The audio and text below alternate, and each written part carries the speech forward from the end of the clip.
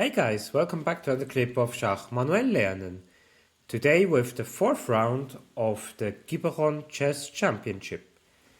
So after the first round loss and a win in the second and third round, we were facing Bulgaria. And they were on paper stronger than we were. But yeah, let's start in the game. I was playing on the second board.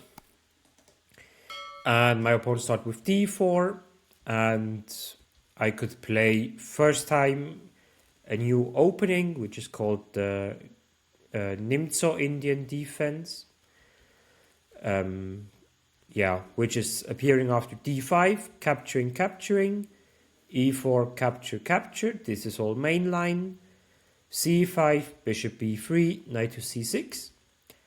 And after rook c1, I was a bit confused because I forgot the main line.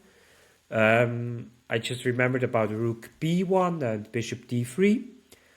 So here I took some time and then I decided for capture. And then there are two main moves, like one is queen a5. And then after bishop d2, you go back queen to d8. And yeah, you're just attacking the d4 pawn. And yeah, capturing here is not that good because of bishop c4. And yeah, you win a pawn. White has then some developing, developing ahead. But yeah, it's another line to play. I decided for castle, which is also fine. Queen to d2, bishop g4, d5. And here I took some time and I made a wrong evaluation of the position. Like, I thought knight to e5 is the best, that's why I played it. But in this position I can give up the bishop pair to play knight to e5. And yeah, the knight here is really strong, like it attacks on one hand f3. On the other hand, after rook c8, I can play at the right moment knight to c4. And yeah, let's say if he plays f4, then I can jump to g4, and the knight is quite good, so that would have been better than the game.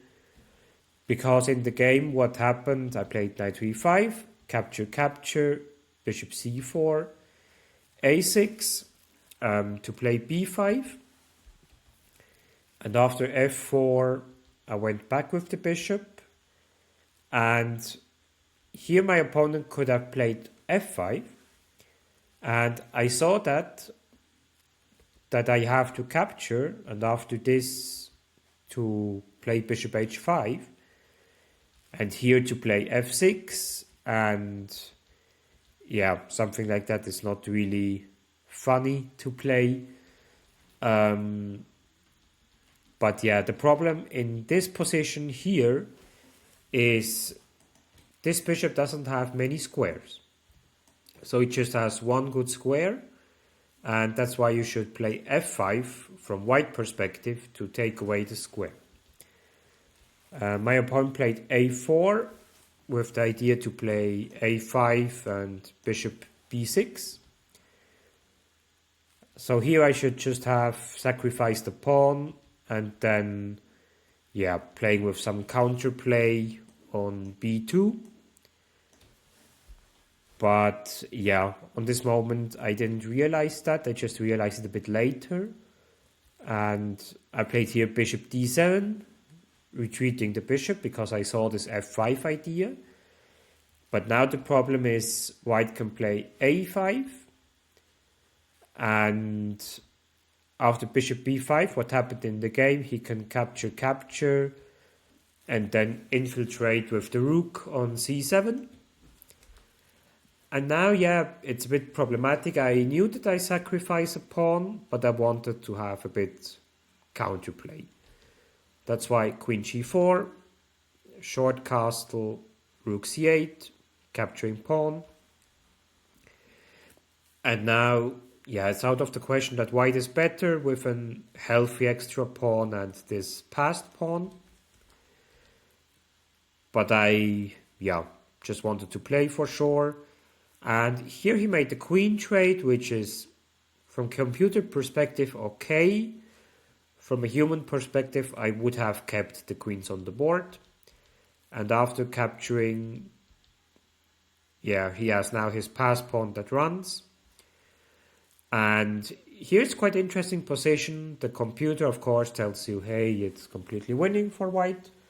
But every game must first be played. So as well like this. So e5, b6, rook to c7. The idea is if I would capture, and then stopping the pawn, he simply has rook to d8, and then he can still make a queen. So that's why I can't capture. I went back with the rook. Rook b7. Now, this pawn I can't really defend, because after this he can play d7, and after stopping the pawn he can play rook here and rook here. Or he can also play like rook here, and then everything is falling apart. That's why I found another idea, which is rook a2. The idea is quite simple. If he captures the pawn, I can go with the rook, with the second rook on the second file, and after d7 I have an endless check. So that was my defensive resource. That's why he didn't take it. He played rook c7 back, and I also retreated. And now the computer says with this move you win. I also calculated it, and then I was in order to play this, and something like this would have appeared. But white played another move. White played instead e6, and I captured, and then capturing on h7. It's still really dangerous for black, because now he threatens d7 with rook h8. That's why I played here b4. If he plays it now, I can play this move. And after this, my king can come out. If I play this immediately, it doesn't help a lot, because either he can give a check or he can go to e7. That's why I thought, okay, I need to do something, playing b4. Then d7. I show you the line. It would have been the best move, like rook d8, and then rook to d6, b5, capture, and with this nice tactical idea of giving a check, I'm forced to capture, and after rook gives a check, he can make a queen. But in the game, he played rook to e7, to going for this pawn. But it's the wrong approach. We will see why. I try to trade the rooks, and after rook b7, just trying the rooks, because if it's a trade, then I will win this pawn, and then I have to calculate the pawn ending, and it shouldn't be lost. So then a couple of more tries. Here I finally made it, and now of course I lose a pawn, but by this position I was much happier than before. First of all, there's just one rook on the board now. And second of all, on the queen side, all the pawns are gone, which makes it much easier to defend. So my next goal was to trade these pawns off the board. I achieved that with rook c5, and then trading this. And then I knew, in theory, it's a technical draw position. But in a game after 3-4 hours, of course, you need to prove it first. And the defensive idea is to stay with the rook on this file if possible, that you never run into checks. So that's why I will go a couple of moves forward. We shouldn't trade the rook.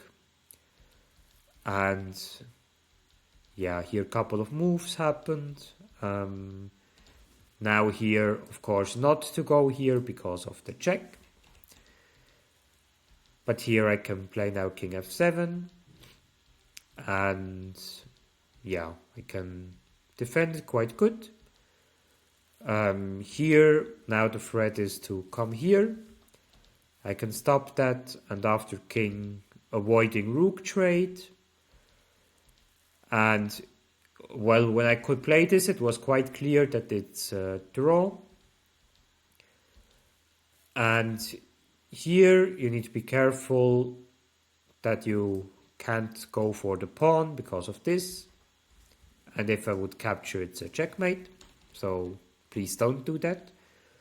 So I gave a check, and after this, I just went for the pawn again. And after 70 moves, he said, okay, I try it to finish it. And then, yeah, I was able to capture here. And after 77 moves and 4.5 hour fight, I was able to pick up the draw.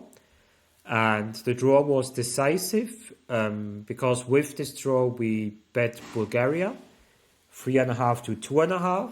So our winning streak continued. And yeah, when we go back to the beginning of the rook end game, it was deadly lost here, but the fighting spirit paid off. So I'm really happy that I could make it for my team and that we had an excellent chance in the last round of the tournament.